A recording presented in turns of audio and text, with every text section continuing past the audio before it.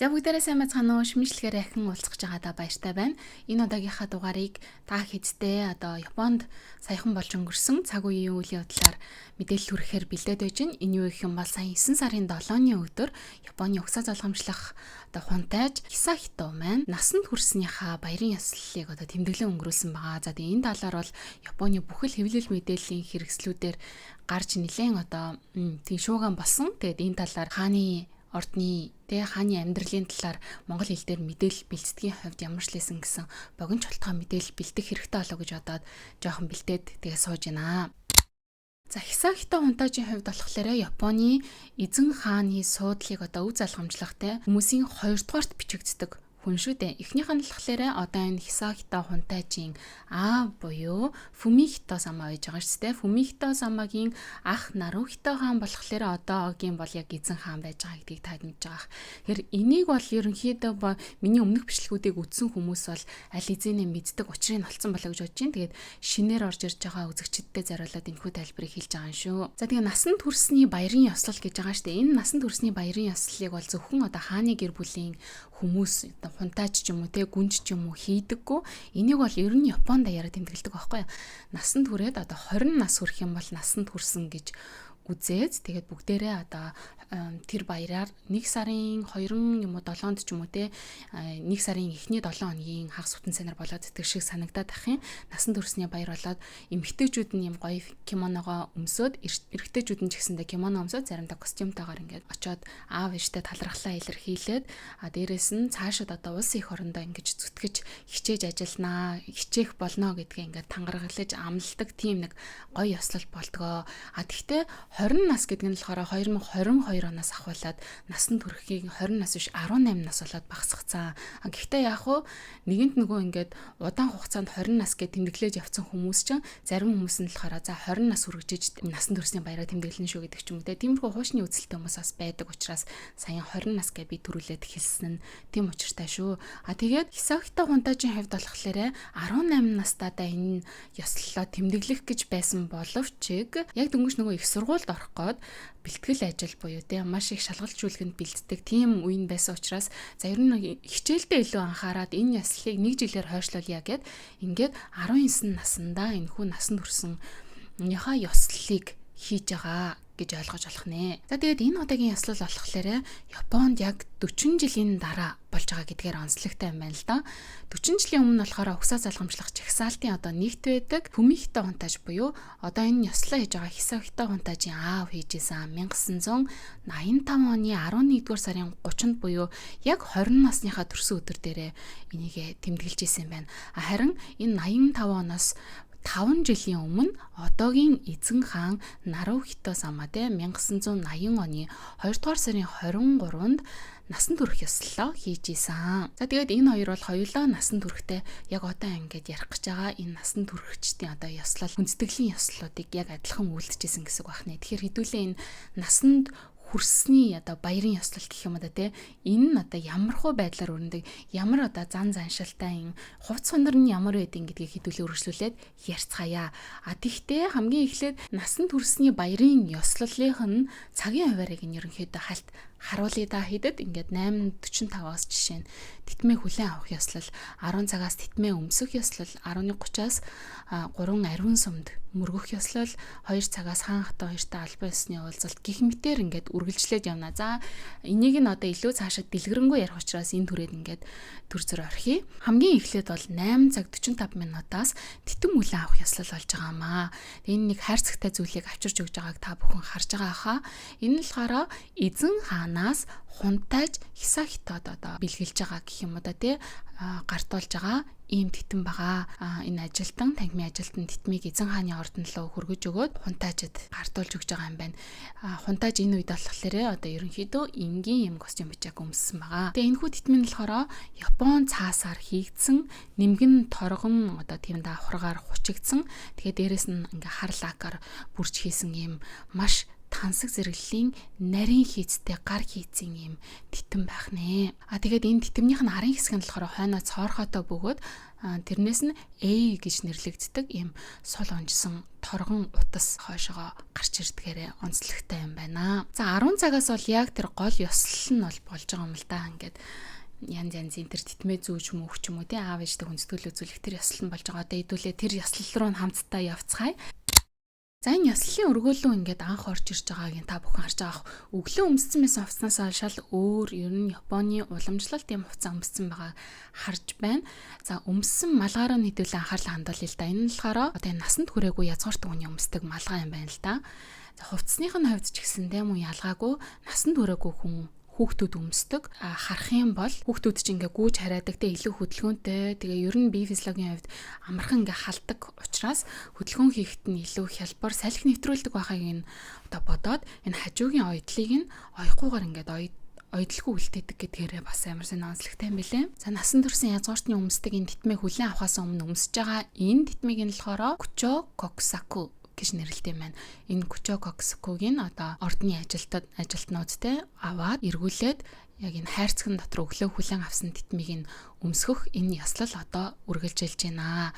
За энэ титмийг нь болохоор Японы цаасаар тэр хийсэн утсаар бэхлэгдсэн цаасаар хийсэн утсаар гэх юм уу да те энийг ингэж бэхэлж өгж байгааг одоо та бүхэн харж байна. Ингээд бэхлээд эрүүнийхэн доор уяад илүүдл утсыг нь болохоор Японы жижигхэн маш хурцэртэй хайчаар тасалж авч байна. За ингээд хайчилж авч яхад нэг тийм чимээ гарч байгааг та бүхэн сонсож байгаах. Маш чимээгүй байгаа тэр аниргүй өрөөнд таг гэж байгаа чимээ ингээд цуврайтаа сонсогдож байгаа. Энэ бол энэ ёслолын тэр бэлэгдлийн маш том одоо бас ачаал бүгдэлтэй цуврай тэр мөчин байна л да.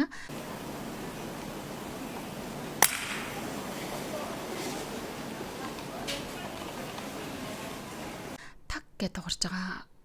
Тэгээ энэс одоо энэ таг гэж дуурж байгаа тэр мөчөөс ахуулаад одоо энэ хүн ингээд насанд хүрж байгаа ялангуяа эрэгтэй хүүхэд гэдэг чинь цаашид энэ улс орныг авч явах одоо эзэн хаан болох тэр чимээ гэх юм уу одоо эзэн хааны одоо хүлээх үүргүүдийг одооноос ахуулаад бэлдэх их орныхоо төлөө одоо үйлчлэх тэр чимээ гэх юм да те яг энэ нэг титмээ гардан аваад хамгийн сүүлийнх нь тэр нэг тэр мөчийг одоо дархалж байгаа гэх юм да те таг гэсэн чимээ байгаа байхгүй юу. Тэгээ энэ яг тэр нэг торгон мөчийн талаар Нарухито хаан бас өөрийнхөө мэдэрсэн мэдрэмжээрээ бас яруу найраг бичсэн гэдэг юм билээ. Тэгэхээр чин яруу найраг болмоор тийм үйл явдал гэхээр энэ таг гэж байгаа чимээ ямар учир бүтэлтэй гэдгийг та бүхэн ерөнхийдөө нэг тэр уур амьсгалыг нь мэдэрж байгаа олоо гэж би бодож байна.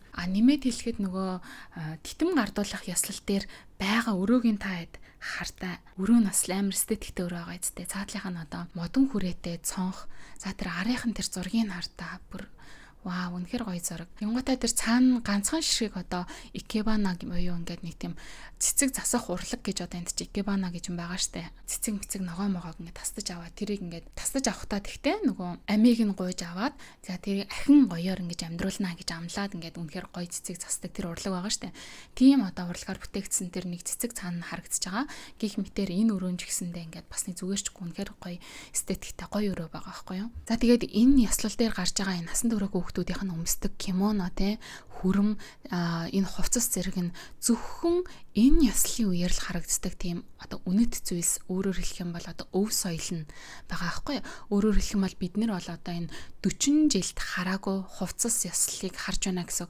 Тэгэхээр энээс хойшоо одоо энэ хааны угсаанаас ямар эрэгтэй хүүхэд одоо хисахта хунтаажаас төрхөө үгүй юу гэдэг чинь бас эргэлзээтэй. За төрлөө гэж бодоход те ахиад тэр хүүхэд чинь насанд хүрнэ гэж үзэх юм бол ахиад бид нар энэ уламжлалт ёслолыг хэдэн жилийн дараа харах вэ гэдэг чинь бас энэ байхгүй. Тийм учраас энэ ёслолыг би та хэдэд бас ингээ гоё дэлгэрэнгүй тайлбарлаж өгье гэж бодоод сууж байгаа юм шүү. За ингээд ерөнхийдөө титмээ ингээд бүрэн гүцэд өмсөж дуслаа. Тэгэхээр энэ титмнийхэн талаар би энэ зургийг хайж авч байгаад нэг маш сонирхолтой зүйлийг олж харсан. Үнэхээр сонирхолтой байсан. Тэгээд яг үргэлжлүүлээд энэ талаараа жоохон уншаад үзсэн чинь угаасаа тийм байт юм билэ. Эзэн хаан Нарухитогийн өмссөн байгаа одоо энэ титмийг нь хідүүлээ харцгаая л да. Хойдлынхан дээр торгон уцаар хийсэн гэдэг байгаа одоо сүүл шиг зүйл байгаа шүү дээ. Тэр нь эзэн хааных ингээ зүгээр босоо Монгол гэдэг шиг те. Зүгээр ингээ босоо байгаа байхгүй. За энэс хойшоогоо одоо зэрэг дэв буух тусмаа тэр нь ингээ доошоогоо буугаад ирдэг.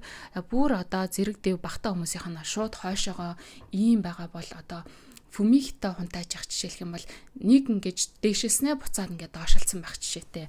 Одоохондоо бол одоо энэ хисахитай хунтаажийн хойтлын төр сүүл нь бол зүгээр юм хэвийн хэмжээтэй байгаа бол дараа нь яаж өөрчлөгдөхийг хэдүүлээ өргөжлүүлээд бичлэгээсээ харьяа гэж бодож байна. За ингээд эзэн хааны гэр ахуйн агентлагийн мэдээснээр энэхүү титэм тэгээд энэ сүүлийг нь хийхэд нийт 2 сая 578 мянган йенийг зарцуулсан гэсэн байна. Харин одоо энэ хувцас буюу энэ насан турш хүүхдүүдийнх нь өмсдөг энэ хувцсыг нь болохоор 40 жилийн өмнө аавынхаа хэрэгжилжсэн энэ үнэт өвийг бол өргөжлүүлэн залгамжлан ахин хэрэгэлсэн гэсэн мэдээ байлээ. За ингээд олсоо таслуулаад хитмээ өв бүрнээр нь зүүсэн хисахитай хунтааж маань өргөжлүүлээд хаан хатан хоёрт одоо талархсан сэтгэлээ илэрхийлж одоо хүндэтгэл үзүүлээд дараа нь хажууд нь сууж байгаа аав ээж хоёр дээрээ бас очиж хүндэтгэл үзүүлж байгаа.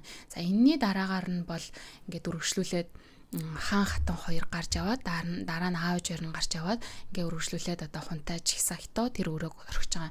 Гэхдээ энэ дээр нэр нэг ямиг нь хэлхээ мартцсан байна. Энэ хувцс нь шүү дээ энэ цагаан шаргал өнгөтэй байгаа хувцс нь болохоор хойшоогоо 6 м үргэлжилдэг тийм сүүл шиг юмтай байгаа байхгүй юу. Тэгээд энэнийх нь бас л зэрэг дэвтэй холбоотой. Зэрэг дэв нь өндөр байх тусмаа энэ нь ингээ уртасдаг юм гэсэн. Тэгээ хаан Нарухитой болохоор энэ нь ингээд хамгийн уртдаа 8 м урт байгаагаар өмсөж исэн гэсэн одоо энэ хувцсныхаа сүүлийг гэх юм одоо тий хормоог нь тий. Хэрвээ та санаж байгаа бол өмнө би нэг 12 давхар кимоно яагаад өмсдөг вэ гэсэн бичлэг дээрээ эмэгтэйчүүд ч гэсэндээ тэр 12 давхар кимоног өмсчод хамгийн сүүлд нь энэ хойтлолтой бас урт хормоо нэмэлтээр залгаж өмсөж ийснийг санаж байгаа. Тэгэхээр энд бол энэ хормоо гэдэг чинь бас тийм одоо зэрэг дэв нийгмийн давхарх те тэр бүхнийг илэрхийлдэг нэг илэрхийлэмж нь байдаг бах нэ. За энэ олс тасалж байгаа ёслол нь болохоор нарагийн үеэс хойшоогоо хийж байгаа ёслол юм байна. За ингээд 10 цагийн ёслол ерөнхийдөө дуусаад 11 цаг 30 минутын дараагийн ёслол эхэлж байгаа. Энэ бол 3 ариун сүмд ёслох ёслолын ажиллагаа. За энэ ёслолд оролцохоор гарч ирэхдээ хисахитой хунтааж хувцас солиод гарч ирснийг та бүхэн харж байгаа баха. За эхлээд бол энэ шар хувцсыг өмсчихсэн шүү дээ. Илүү гэгээлэг цагаан одоо хүүхэд насыг илтгэж байгаа өнгөтэй тийм одоо хувцас байсан ойдол зүйлт нь ингээ багтаач гэдэг юм уу тийм байсан бол одоо энэ өмсч гарч ирж байгаа хар хувцас нь болохоор илүү нас бид хүрсэн эрэгтэйлэг шинжийг илтгэж байгаа маа дотроо улаан гадна талтай хар өнгөтэй байж байгаа. За энэ хувцсыг болохоор хойкино хоо гэж нэрлэгддэг. Тэгээд хажуу талыг нь нөгөө ойдоггүй байсан бол оёод ингээд гарч ирж байгааг харж байгаа хаа. За энэ хувцсыг нь мөн соктай гэж хэлдэг. Японы тангаргийн хувцсны одоо нэг гэж хэлж болдог. Ёслолын хувцс гэж бас хэлж болно. Тэгээд Хияны үеийн уламжлалт суурилсан олон давхар материалаар бүтээгдсэн язгууртнуудын эрэмб альбан тушаалыг илтгэдэг хувцсаа гэж энэ Википедиа дээр тодорхойлсон байлээ шүү. За энэ 3 сүмд одоо хүндэтгэл үзүүлэх гээд байгаа гэж тэгж байгаа. Тэгэхээр энэ 3 сүм нь ямар учиртай 3 сүм юм бэ гэх юм бол хамгийн ихнийх нь болохоор Аматерасу гэд байгаа юм л да.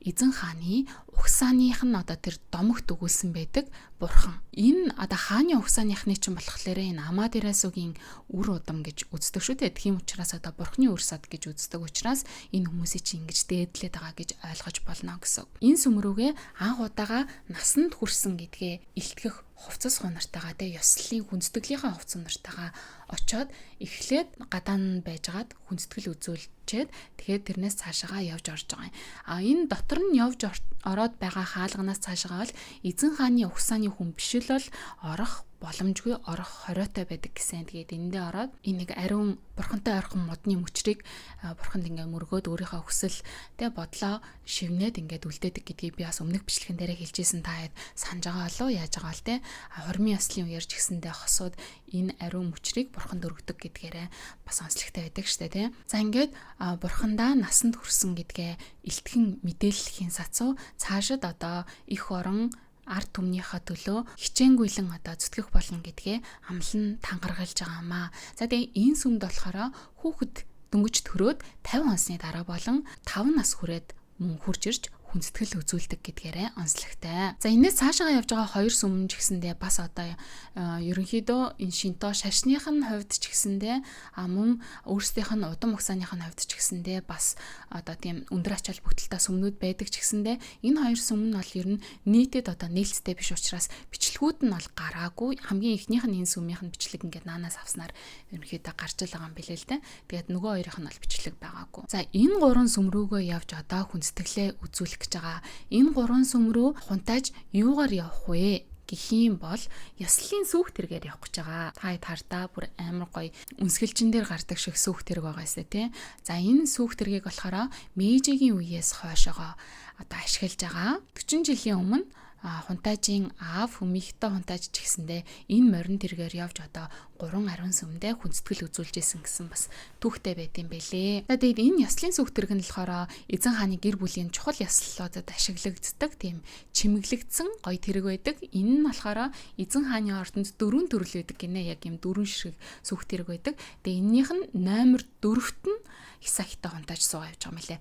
За хамгийн ихнийх нь болохоор одоогийн эзэн хаан ширээндээ суух үедээ болон хуучин эзэн хаан хатан 2 гэрлэх үед хэрэгжилж исэн бэлээ номер 1-ийн. Номер 2-ын номер 2, номер 3-ын болохоор эзэн хааны насан турш ёслол дээр нь мөн ашиглаж исэн байна. За тэгээд 4-тгийн алхахлаарэ Хүмихтэй хунтааж болон Хисахитай хунтааж ингэ ашиглаж байгаа гэдгээр онцлогтой. За тэгээд энэ одоо сүх тэргийг нь харах юм бол мэдээж те барууны соёл Японд нэлээд орж ирээд одоо эзэн хааны гэр бүлийн тэр соёлд ч гэсэн нэлээд нөлөөлж исэн яаш та одоо эмэгтэйчүүд нь титэм зүүдэг болоо тэнгуутаа Европ утас центр өмсдөг болж эхэлж исэн тэр одоо нэг тансаг юмыг те Европын орнуудаас авж исэн тэр тансаг зүйлсийг оруулж ирж явах үед ингээ үлдсэн тэр соёл юм билээ л те. Тэг ингээ харах юм бол хувцас хунар мунар те сүүх тэрэг бүх юм нь бол угаасаа яг тэр одоо барууны хийв загвараар явж байгаа гэдгээрээ бас онцлогтой. Тэг энийг нь одоо манай юм биш штэйгээ түлхээ хайчихгүй ингээд байлгаад байгаа нь бас амар сонин тийм зөвүүн байгаа юм те. Надад тийг санагдсан. За тэгээд энэ хувцсан дээр нь бас нэг зүйлийг одоо мартаад яваад байгаа нэг юм байгаа нь яг энэ ирчүүд нь одоо энэ ёслолынхаа хар хувцсыг өмсөнгүүтээ хажууд нь ингээ гартаа нэг юм мод саваа шиг юм барьчаад байгаа шүү дээ. Энэ саваа шиг юмыг нь болохоор шаку гэж нэрлэдэг юм байна л да. Ер нь бол жоохон хятадаас гаралтай юм шиг байгаа юм л да. Хамгийн анхных нь гарал үүсэл нь болохоор дээр үед одоо хааны хуралдаанд сууж байгаа хүмүүс тийм мод шиг юм бариад тэрэн дээр юм нэг жоохон тэмдэглэл маягийн юм хөтэлдэг байсан байлээ анх бол. Тэгээд тэр нь ингээд явсаар байгаа сүултээ ингээд соёлын нэг хэсэг болоод одоо ингээд ёслолын нэг одоо бэлэг тэмдэг маягийн зүйл болоод ингээд гартаа барьдаг тийм болсон юм байлээ. Тэгээд энийг нь болохоор одоо Хятадд болон энэ Японд өөр төрлийн моднуудаар хийдэг. За тэгээ хэлбэр хэмжээ энтерээс шалтгаалаад жоохон өөр идэм билээ. Одоо хааных жишээлх юм бол юм дээгүүрөө дөрвөлжин дагавраа дөрвөлжин байдаг гэж би сонсч байсан. Тэгээ дээрэс нь энэ модыг хэрвээ та бүхэн санаж байгаа юм бол Шинто шашны зан үеийн хүрээнд ч гэсэндээ одоо тэр лам хуургууд нь барай явж байгааг нэлээд харж исэн болов уу гэж би бодож байна. За ингээд ерөнхийдөө 3 ариун сүмд одоо хүндэтгэл үзүүлэх тэр ёслол дуусаад энэний дараа 2 цагаас ахиад дараагийн ёслол бэлэн болж байгаа юм л да. За энэ дараагийн ёслол дээр болохоор хаан хатан 2-т одоо насанд хүрснийхаа дараагаар анх удаага бараалхаж байгаа. Одоо бараалхал хүндэтгэл үзүүлэх тэр ёслол болно. За энэ нь болохоор хааны ордонд болж байгаа юм. Энэ үеэрээ хунтааж бол барууны хэв маягийн хувцаа буцаагаад өмссөн байгааг та бүхэн харж байгаа хаа. За тэгээд хамгийн эхлээд хаан хатан 2 гаднаас орж ирээд одоо энэ Утандай тай гэдэг тавцангийн урд ширээ ч юм уу те энэний урд ингээд зогсож байна. Тэгээд энэний дараа хойноос нь хунтааж орж ирж байна. Ингээд хунтааж хүндэтгэл үзүүлэн мэхээсийнхаа дараагаар хүндэтгэлийнхаа үгийг одоо цаас харж агаад хэлж байгаамаа. За эргүүлээд хаан хатан 2 өөрсдийнхөө одоо ерөөлийн гэх юм уу та те үгээ хэлж гин. Энэ дээр хаан болохоор за ингээд цаашдаа хичээлээ сайн хийгээд хичээл дээрээ илүү сайн анхаарад хааны гэр бүлийн үүрэгт ажлыг цаашид үргэлжлүүлэхэд шамдна гэж найдаж байна гэж хариулж байгаа юм. Хатан болохоор за эрүүл мэндэ цаашид бодоод олон туршлага хуримтлуулаарай гэж одоо хүсэн өрөөж захиж байгаамаа. За энэ ёслол болохоор уг нь ингээд нэрийг харах юм бол аав ээжтэй бараалхах ёслол гэж байгаа юм шиг одоо тийм байгаа юм л да. Ер нь бол ингээд харах юм бол хааны тэ угсаа залгамжлах ханхүү гэхэр чинь одоо ханхүү бол аав ээжтэй хүн бараалхах хэрэгтэй байхгүй. Гэтэл Нарухита хаан хатан 2-ын мань хувьд болохоор угсаа залгамжлах хүү байхгүй байгаа учраас одоо хаан хатан 2-ын одоо дүү Хүмихтэй хунтаажийн хүү болох Хисахитай хунтааж чинь ингээд энэ ёслолд оролцож байгаа учраас те хаан хатан хоёртой хүндэтгэл үзүүлэх ёслол болчихж байгаа гэдгээрээ арай жоохон өөр байгаа гэж ойлгож болно. За тэгээд энэ ширээн дээр нь харагдаж байгаа юмнуудыг та хэд юу вэ гэж бас бодож магадгүй. Би ч гэсэндээ энэ одоо юу юм болоо гэж хамгийн түрүүлэл тэгж бодож байгаа юм л та хэрэг дуртай хүн чинь. За тэгээд ингээ харангуут энэ дээр нь тэрний цагаан голынх нь юм болохоор такамори гээд будаа юм бэлээ л те. Ер нь бүгдээрээ бол юм ёслолын одоо идээшүүс манайхаар бол идээшүүс гэж хэлж болохоор тийм юмнууд одоо чимэглэлийн маягийн хоолнод байгаа юм. Давсалсан одоо starfish чинь юу гэдэг вүлээ? Далайн од гэх мэт өндөг мөндөг гэд янз янзын юмнууд оролцсон саке мирин энтер гэд зөндөө олон орцнуудтай юм байлээ. За тэгээд энэ одоо идээшүүснийх нь нэг хэсэг нь бол күнэншүү гэд 9 жил дарсан 9 настай архи байгаа юм. Саке гэх юм да тий. Тэгтээ саке буюу тий архи гэдэг тэр ханз тэр ойлголт ингээд яваад байгаа боловч яг архиных нь одоо агуулмж нь 1%-аас бага байдгаа гэж тэгж байгаа юм. Тэгээд 40 жилийн өмнө болохоор хунтааж Акишино ч нь одоо Фумихито сама гэсэн үг шүү дээ тий. Насан турш ёслолын үеэр хунтааж одоо эзэн хаантай хамтдаа яг энэ ундааг ингэж ууж хэрэгжилж исэн юм байлаа. Тэгтээ одоо өнөөдрийн байдлаар болохоор COVID-19 гэх мэт одоо янз бүрийн халдвараас үүдээд энэ дарснаас бол хунтааж хүртэхгүйгээр гарч байгаа юм байлээ.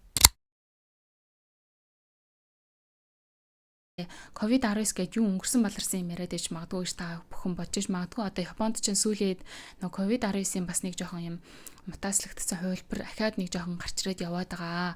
Тэгээд энэ нь бол угаасаа зөвхөн Японд дэш хаасаагүй байгаа. Гэхдээ энтгийн хүмүүс ч одоо ингээд юмд юм нарийн ямба хандтай болохоор за ингээд гараад ирсэн байгаа шүү гэдэг ингээд хүмүүстэй сэрэмжлүүлэхийг ингээд хараагаад байгаа учраас энд ингээд ихсээд байгаа юм байна гэдэг одоо жоохон буруу ойлголт бас бусад газруудад яваад байгаа сурагтай байна лээ. За энийг ингээд дундуур нь халуурхад тийм байна. Хадуурхад тийм байна. За ингээд эзэн хаан хатан хоёр гарч явсны дараа хунтааж бол эндээс гарч явснаар энэхүү ёслол өндөрлөж байгаамаа. За ингээд үргэлжлүүлээд 2 цаг 30 минутаас хаан эзнээс шагнал авнаа.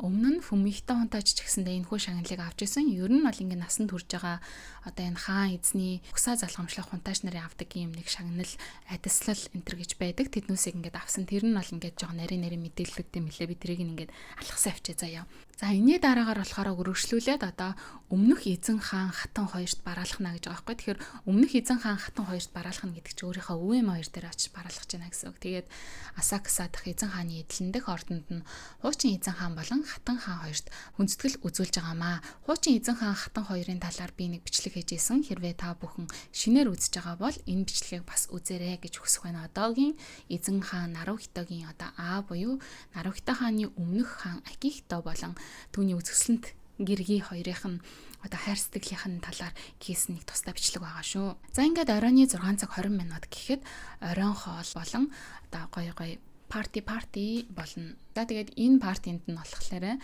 за өвөө эм хоёр нэрж байгаа юм. Мэдээж хаан хатан хоёр ирж байгаа. Өөрийнх нь аав ээж хоёр нэрж байгаа. Бас их чинь ирж байгаа. Мако гүнж болохоор мэдээж одоо иймэрхүү яслалт бол хараахан оролцох боломжгүй. Яагаад гэх юм бол одоо өөрийнхөө хэрэгэн зэрэгс татгалцсан учраас иймэрхүү өндөр дээд хэмжээний уулзалтанд орох боломжгүй байгаа. Тэгээд саяхан угаас амарчсан учраас дүүдээ бол арай өөр байдлаар минь төрсөн болоо гэж бодож байна. За тэгээд Айко сама бас байгаа. Айко сама гэснээс нэрээ Айко сама одоо Хисаохито хунтаажийн одоо титмээ яг зүүж авж байгаа тэр яслал дээр нь бас ингээ харагддаг шүү дээ тий. Тэгээд хэдийгээр одоогийн эзэн хааны ганц тий охин бас өндөр дээд зэрэглэлтэй хүн байгаа шүү дээ. Тийм ч гэсэндээ хунтааж гэдэг утгаар нь тий цаашид эзэн хааны угсаа залгамжлах хүн гэдэг утгаар нь одоо Айко сама ч гэсэндээ ингээд одоо бүхий ч хүндэтгэл үзүүлж байгаа юм л да. За энүүгээр нь бол одоо жишээ нь Японы энэ сошиал орчинд бол Айко сама хүн ингэх эсвэл хүндээ зөвхөн одоо хүүсээсээ болоод эзэн хааны ширээг цаашид одоо үргэлжлүүлэн авч явах боломжгүй байна гэхээр одоогийн 21-р зуунд бол үнэхээр биш юм аа энэ гэдэг ч юм уу те. Тиймэрхүү одоо ярианууд ингээ байгаа. Ер нь бол Айко сама те энэ яслалт ингэж оролцож ингэж бүхийх хэсгүй хүмүүн гэдэг тиймэрхүү ховж ивүүд бол бас нэлээд энэгээр гарч байгаа. Яаж зүгээр ахав те. За тэгэл одоо Хисаохито хунтааж чинь энэ цаашид эзэн хаан болох чадваргүй Айко самагийг бол яалтчгүй яг эзэн хааны суудлыг цаашид үргэлжлүүлэн авч явах потенциалтай хүн юм а гэдэг нөгөө нэг ховж ивчин одоо ахаад ингээд бөөмгээ гарч ирж байгаа гэсэн үг. Тэгэхээр энэ талаараас бичлэгийг хэрвээ та ихэнх үзхийг хүсэх юм бол тийм өмнөх бичлэгүүдийг би та бүхэнд одоо санал болгож байна. За ингээд ерөнхийдөө тухайн өдрийнх нь арга хэмжээ хэдийгээр дуусч байгаа ч гэсэндээ маргааш нь үргэлжлүүлээд хис оюутан хунтаажид хийх бас ёслолын үргэлжлүүлсэн арга хэмжээнүүд нэлээд байгаа. За жишээлх юм бол 8-нд Мие мужийн Исээс сүм болон Нараа муж дахь Жимму хааны бунхан. За 9-нд болохоор Токиогийн Хачижо дахь эзэн хаан Шовагийн бунханд зочлох тийм ёслолууд болон 10-ны өдөр болохоор Токио хотын нэгэн хувийн байгууламжинд үдийн зогт оролцох гих мэт одоо арга хэмжээнүүд нь үргэлжлээд байж байгаа юм байна лээ. За тэгээ Хисахито хунтаажийн хувьд болохоор одоо Цукубагийн их сургууль биологийн чиглэлээр суралцж байгаа. Тэгээ бадминтон тоглох дуртай тийм одоо залуу байна. 19 настай гэдэг чи одоо ингээд залуу болж байна гэсэн үг шүү дээ. Тэгэхээр энэс хойшоо одоо Японд бол тийм одоо насан турсан хүний хийж болох зүйлсүүдийг хийх боломжтой болж байгаа гэсэн үг. Тэгээд өөрийн гэсэн мэдээж орлого нь бас нэмэгдэж байгаа тийм. Хэрвээ одоо гэмт хэрэг ч юм уу тийм үйлдэх юм бол өсвөр насны хүүхэд гэдэг утгаараа одоо нэр мэрийг нь нууцлаад ингэж оруулдаг мэдээлэлээр оруулдаг бол энд бол насан турснаар одоо нэрийг нь зарлах, нүүр мөрийг нь ил гаргах боломжтой болж эхэлдэг. Одоо хүүхд хамгааллынх нь хууль нь одоо болно гэсэн үг байна шүү дээ. За тэгээд дээрэс нь тий эх орныхоо өмнө өөрөө хүлээж эхэлж байгаа гэдэг бас агуулга нь явж идэг. Тэгээ биологийн чиглэлээр суралцдаг гэснээс угаасаа ер нь бол энэ хунтаажи чинь багаас нь ахуулаад одоо байгаль тайртай тий ер нь одоо эндхийн бүгдээрээ л байгаль тайртай хүмүүс л болчиход байна л да. Байгаль тайртай тэгээд тэр дундаа ялангуяа одоо шавжны төрөл зүйлийг судлахад дуртай. Шавжин дундаа одоо Dragonfly гэдэг чигтээ сон гэдэг баха. Тийм соннд илүү одоо дуртай учраас Dragonfly Print Center гэдэг байхгүй одоо тиймэрхүү нэг хочтой ч гэх юм уу да тийм байд юм бэлээ. Тэгээ одоо энэ хунтаажийг одоо тойрсон янз янзын хил амууд угаасаа маш их байдаг. Яагаад гэх юм бол одоо 1947 он баха. Тийм 47 онд дэлхийн 2 дугаар дайны дараа шинэ үндсэн хуультай хамтдаа одоо эзэн хааны угсааг залхамжлах хүн зөвхөн эрэгтэй хүн байна гэдэг хууль гарч ирсэн. Тэгээд 2005 он хүртэл энэ одоо юу бол хууль бол ерөөсөө нэг их яригдахгүй явж ирсэн. 2005 оны үед цаашаад одоо эзэн хааныг угсаа залхамжлах хүнгүй болох ер нь эрсдэлтэй болсон. Тэгээ 2006 онд нь энэ Хисахито хунтааж мэндэлсэн учраас тэр хуулийг одоо өөрчилж эмэгтэй хүнийг цаашаад одоо Японы эзэн хаан тэгээ хатан хаан байж болох боломжийг бүрдүүлэх тэр хууль одоо ингээд дэмжигдэхэ болоод ингээд орхигдсон. Гэхдээ одоо ч гэсэндээ ард түмнүүд ингээд хоёр хуваагдаад энэ хуулийг одоо дахин өргөжлүүлж ярих цаг нь болсон гэдэг тиймэрхүү юмнууд ингээд гарч ирж явж байгаа. Тэгээд хэрвээ түүхээс дурдах юм бол Японы түүхэнд одоо хэд хэдэн эмэгтэй хүн одоо хаан ширээ залхамжилж ирсэн нь Суико, Жито, Гэмэ, Гэмсё, Кокен гэх мэтийн 8 одоо хаан хатан хаан байсан гэх юм да тий. Тэд нэр бүгдээрээ тэгтээ одоо удмаа өргөжлүүлээд эрэгтэй хүнд одоо хүүдээ гэх юм уу буцаан залхамжлуулжсэн тийм түүхтэй байдгийм байна. За ингээд ер нь энэ удаагийн дугаар маань энэ түрээд өндөрлөж байна. Тэгээд эзэн хааны удам угсааны талаарх одоо цуврал бичлэгүүдэд төр зур ингээд азны гэсэн боловч ийм үйл явдал өрнөд ингээд буцаад иргэн энэ сэдв рүүгээ орж ирж байна. Тэгээд хэдүүлээ дараагийнхаа бичлэгээрээ иргэн уулзтлаа. Түр баяртай.